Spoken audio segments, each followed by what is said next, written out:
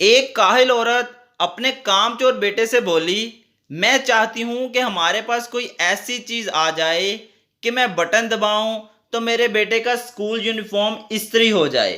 Button दबाऊं तो फटाफट नाश्ता तैयार हो जाए। बटन दबाऊं तो तुम फौरन स्कूल के लिए तैयार हो जाओ। बेटा बोला, लेकिन मम्मा वो तो ठीक है, इतनी दफा बटन दबाएगा कौन।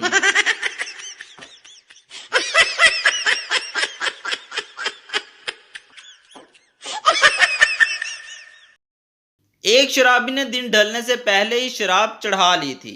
इसे कहीं जाना था। बस में सवार हुआ तो इसे कोई सीट खाली नजर ना आई। औरतों के लिए मखसूस एक सीट खाली नजर आई।